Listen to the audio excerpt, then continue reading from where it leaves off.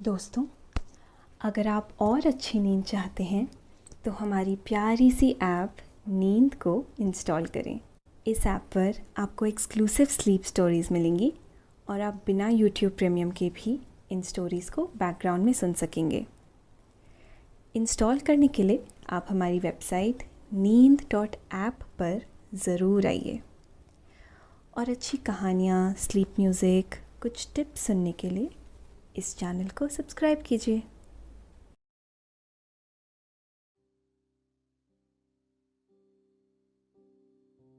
नमस्कार। मैं हूं लोकेश और आज मैं प्रस्तुत करता हूं पुराणों से प्रेरित एक ऐसी अनोखी कथा जो ज्यादातर लोगों ने नहीं सुनी होगी। कहानी कृष्ण पत्नी शूर्पणखा की। जी हां, हम शूर्पणखा को रामायण की एक राक्षसी के रूप में जानते हैं जो अपने सभी भाइयों व कुल के विनाश का कारण बनी। उसी के कारण रावण ने माता सीता का अपहरण किया व राम रावण का युद्ध हुआ। किंतु क्या आप जानते हैं कि भविष्य में जाकर शूर्पणखा भगवान कृष्ण की पत्नी बनी थी। आज हम शूर्पणखा की इसी अनकही कथा के बारे में जानेंगे। तो आइए ले चलते हैं आपको एक ऐसी कहानी में जो रामायण काल से लेकर महाभारत काल तक जुड़ी हुई है।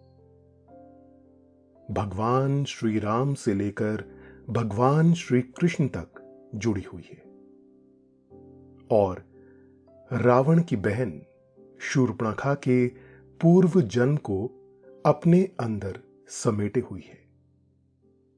लेकिन पहले आप अपने आसपास की सारी लाइट्स ऑफ करके आराम से लेट जाएं। अपनी आंखें धीरे से बंद कर लीजिए।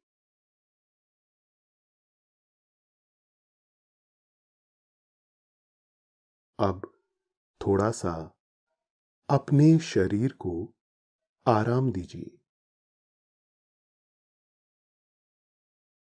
थोड़ा और आराम।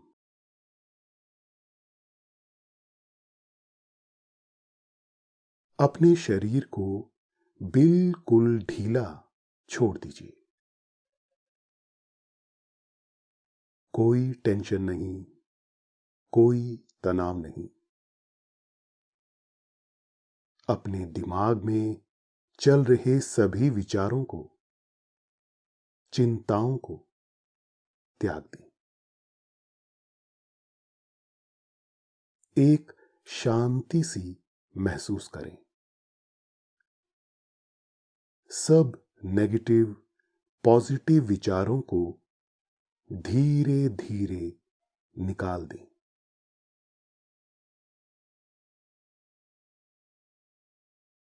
हाथों को सीधा करके अपनी कमर के साइड में रख लीजिए। अपनी सांस पर ध्यान लगाएं। इसको धीमे या तेज नहीं करना है। बस ध्यान देना है कि कैसे वो आपके अंदर प्रवेश कर रही है और कैसे वो वापस आपके गले और नाक के माध्यम से वापस निकल रही है।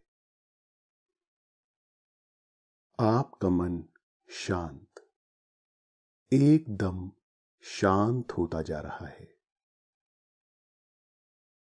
आप अच्छा महसूस कर रहे हैं। खुद को काफी हल्का फील कर रहे हैं। सब तरफ शांति है, सुकून है, खामोशी है।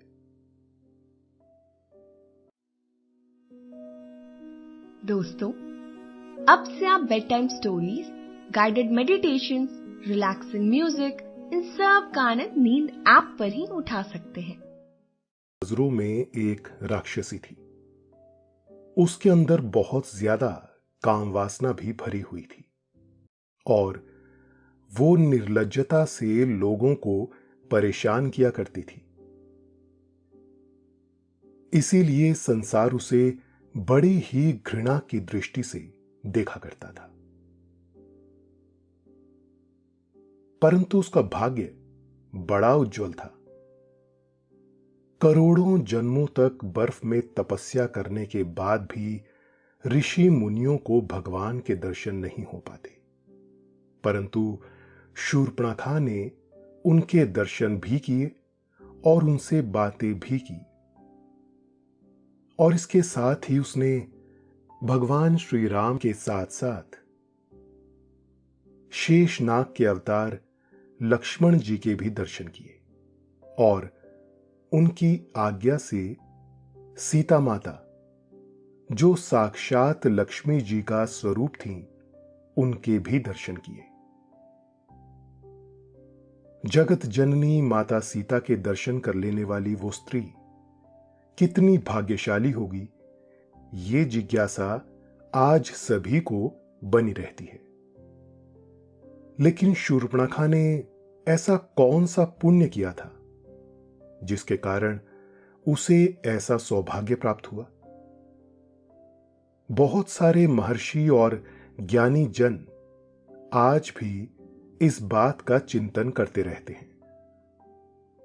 इसका रहस्य शूर्पणखा के पूर्व जन्म में छिपा हुआ है। दरअसल शूर्पणखा पूर्व जन्म में इंद्रलोक की एक बहुत सुंदर अप्सरा थी जिसका नाम था नयनतारा।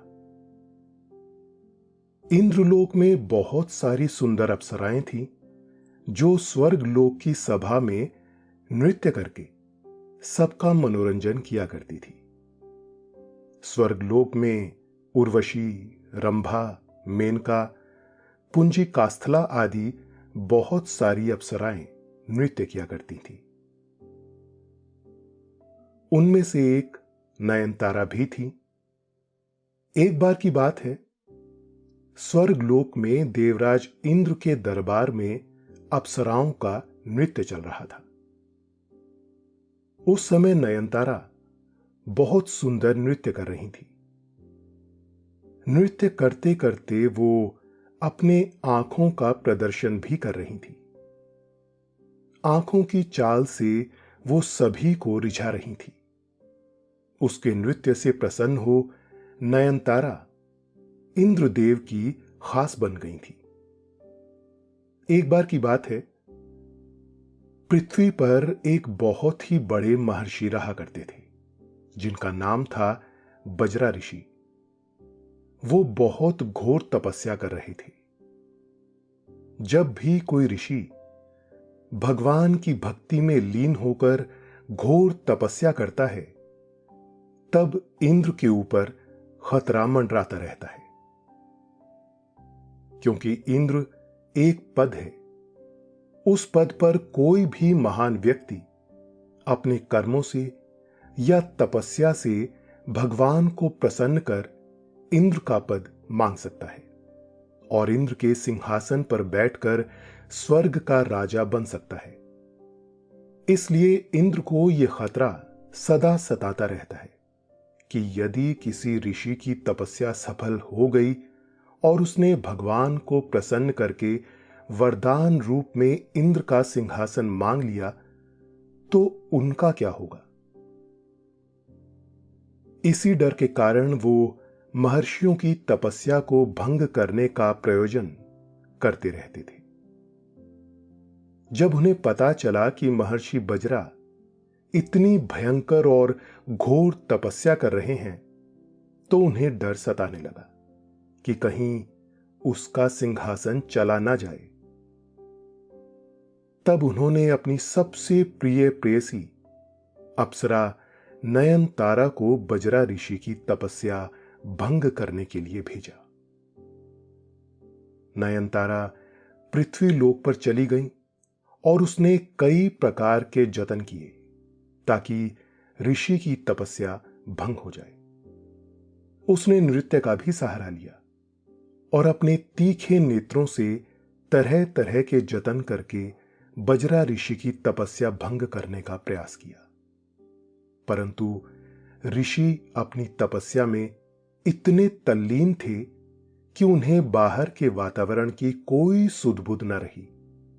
वो तो अपने अंदर ही विलीन थे। परंतु एक दिन अप्सरा नयनतारा ऋषि की तपस्या भंग करने में कामयाब हो गई और इससे क्रोधित होकर ऋषिवर ने नयनतारा को श्राप दिया कि तू एक दिन राक्षसी हो जाएगी। ऐसे शब्द ऋषि के मुख से सुनकर नयनतारा बहुत दुखी हुई और उसने ऋषि को बताया कि उसमें उसका कोई दोष नहीं है। उसे तो देवराज इंद्र ने उनकी तपस्या भंग करने के लिए भेजा था, इसलिए वो निर्दोष है और उसे यह दंड नहीं मिलना चाहिए। तब ऋषि ने उसकी प्रार्थना सुनकर उस पर दया करी और कहा कि तू चिंता ना कर, मेरे मुख से जो वचन निकले हैं अब वो तो मैं वापस नहीं ले सकता, परंतु मैं तुझे यह वरदान भी देता हूं कि तुझे राक्षसी का स्वरूप अवश्य मिलेगा, परंतु उसी स्वरूप में तू भगवान के साक्षात दर्शन करेगी और तुझे उनके दर्शनों का सौभाग्य प्राप्त होगा। और इतना ही नहीं, तुम उनके शत्रुओं पर विजय प्राप्त करने में सहायक भी सिद्ध होंगी। इसके बाद वही अप्सरा नयनतारा वहां से चली गई और अपनी देह त्याग करने के बाद एक राक्षसी पैदा हुई जिसका नाम शूर्पणखा रखा गया। वो रावण की बहन बनी और अति क्रूर राक्षसी साबित हुई, परंतु उसने इस बात का दृढ़ निश्चय कर लिया था कि वो इस जन्म में प्रभु के दर्शन अवश्य करेगी और उनकी कृपा प्राप्त कर लेगी। वो कृपा ही नहीं, साक्षात प्रभु को भी प्राप्त कर लेना चाहती थी। ये उसकी राक्षसी बुद्धि का ही परिणाम था जिससे वो अपरिचित थी। एक दिन उसे यह अवसर प्राप्त हो गया जब उसे पता चला कि जिस वन में वो रहती है उसी दंडकारण्य वन में दो सुंदर तपस्वी राजकुमार आए हैं और वो भी अपनी पत्नी के साथ एक कुटिया बनाकर रह रहे हैं। उसने मौका पाते ही एक अप्सरा जैसा मनमोहक रूप बनाया और अपनी माया से भगवान श्री राम को रिझाने के लिए उनके पास चली गई।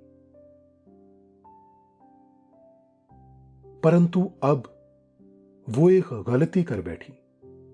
उसने सोचा कि वो अपने सुंदर रूप से भगवान को मोहित कर लेंगी और उन्हें पति रूप में प्राप्त कर लेंगी, परंतु ये उसकी जीवन भर की सबसे बड़ी भूल थी, क्योंकि भगवान को प्राप्त करने के लिए राग की नहीं, अनुराग की आवश्यकता होती है। ब्रह्म को यदि कोई प्राप्त करना चाहता है तो वो केवल भक्ति और वैराग्य के सहारे ही भगवान को प्राप्त कर सकता है और किसी जतन से नहीं।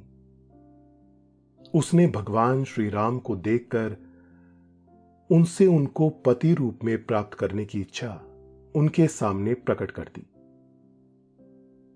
वो भूल चुकी थी कि परब्रह्म को प्राप्त करने की एक प्रक्रिया होती है और उस प्रक्रिया पर चलकर ही कोई भी साधारण मनुष्य परब्रह्म को प्राप्त कर सकता है। उसने सबसे बड़ी गलती यह कर दी कि वो भक्ति रूपा सीता माता के पास नहीं गई और ना ही वैराग्य रूपी प्रभु लक्ष्मण के पास गई। वो सीधे परब्रह्म भगवान श्री राम के पास चली गई।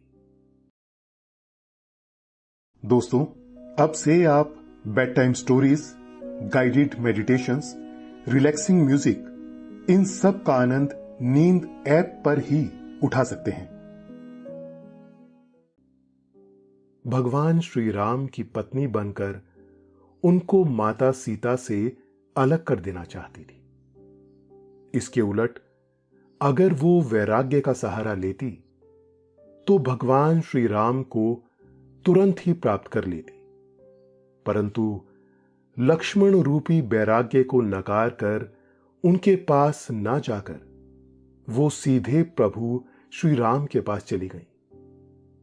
इस प्रकार उसने ना भक्ति का सहारा लिया और ना ही वैराग्य का सहारा लिया, जिससे उसकी विधि में त्रुटि आ गई और सब कुछ गड़बड़ कर बैठी।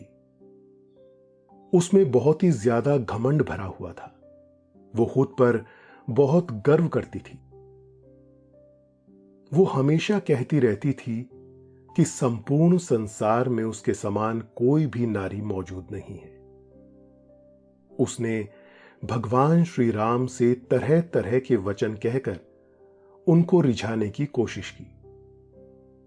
उसने भगवान श्री राम को विश्वास दिलाया कि अगर श्री राम उसका प्रस्ताव स्वीकार कर लेते हैं तो वे उनको तीनों लोगों का राजा बना देगी।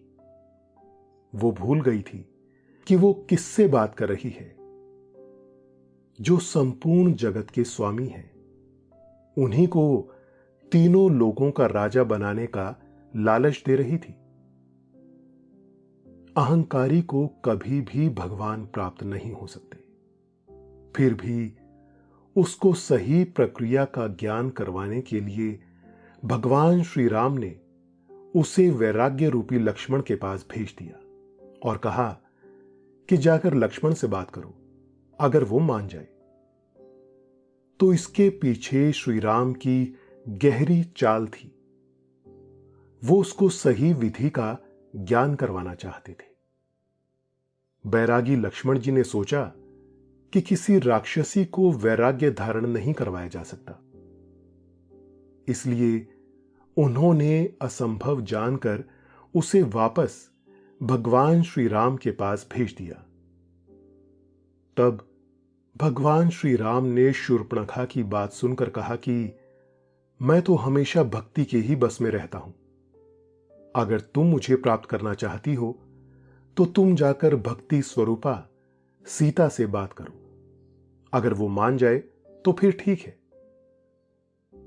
तब शूर्पणखा भक्ति स्वरूपा माता सीता के पास चली गई, परंतु वहां भी उससे एक भारी भूल हो गई और भगवत भक्ति की विधि में वो एक और त्रुटि कर बैठी।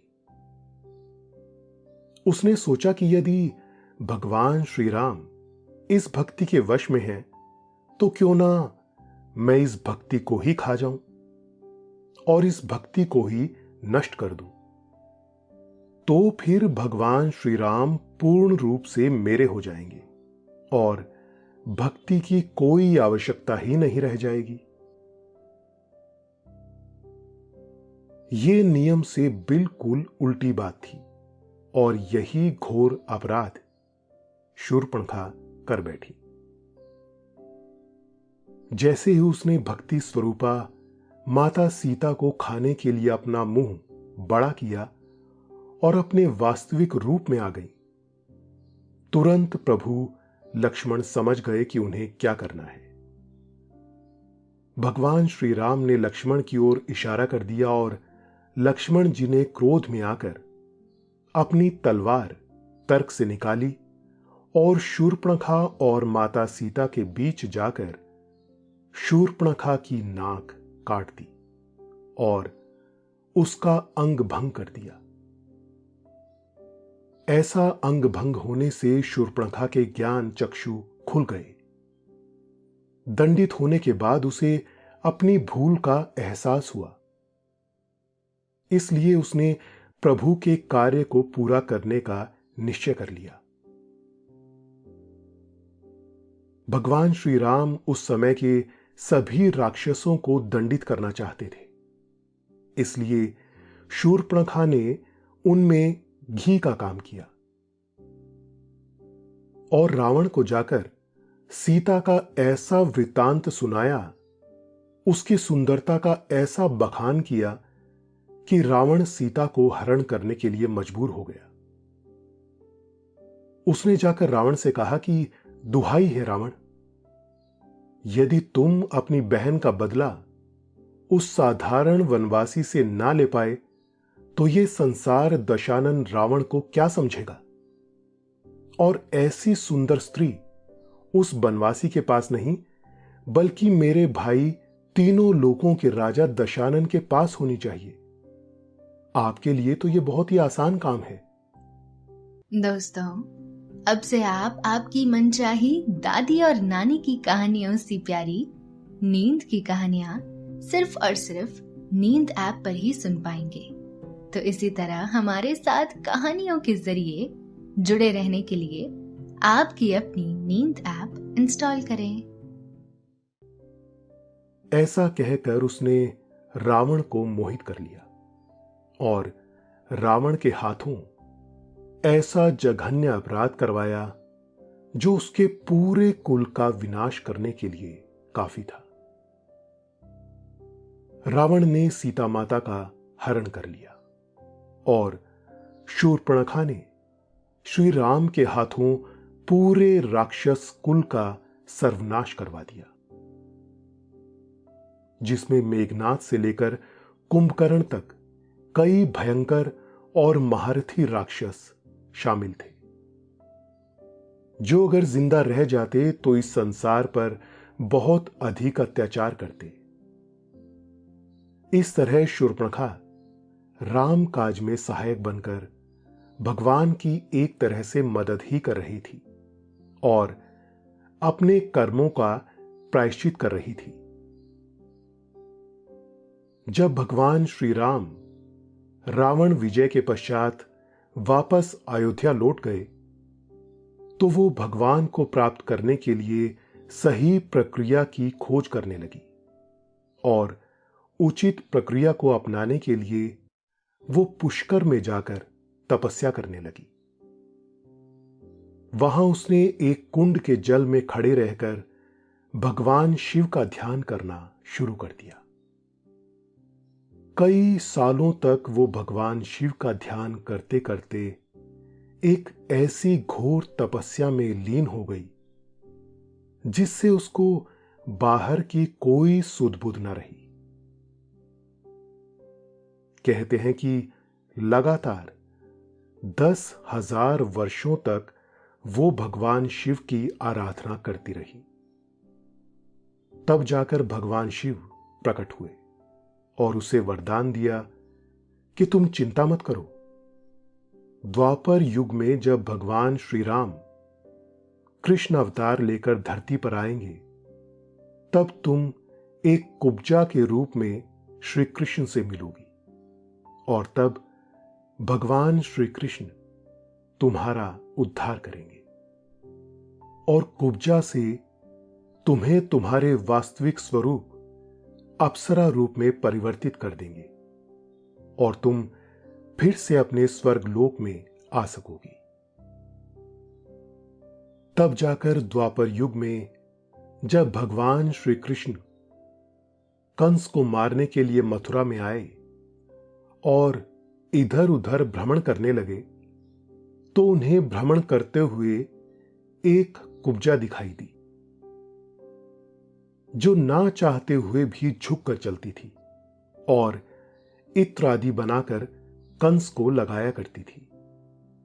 उसका यही काम था, नित्य प्रातः यही काम किया करती थी। हालांकि उसे कंस बिल्कुल भी पसंद नहीं था क्योंकि कंस क्रूर राजा था। जैसे ही भगवान श्री कृष्ण की दृष्टि उस कुब्जा पर पड़ी तो वो समझ गए कि यही शूर्पणखा है। तब उन्होंने शूर्पणखा को पकड़कर उसे सीधा कर दिया और वो देखते ही देखते एक बेहद सुंदर अप्सरा नयनतारा के रूप में परिवर्तित हो गई। तब जाकर अप्सरा नयनतारा को भगवान पति रूप में प्राप्त हुए और वो सदा सदा के लिए उनकी हो गई। तो दोस्तों, ये थी आज की कहानी कृष्ण पत्नी शूर्पणखा। आशा है आपको आज की ये कहानी अच्छी लगी होगी। आपने ये कहानी सुनी, आपको अच्छा लग रहा है और समय हो गया है आपके सोने का। अब आप धीरे धीरे नींद की ओर बढ़ते जा रहे हैं और नींद आपको अपने आगोश में समाती जा रही है, समाती जा रही है।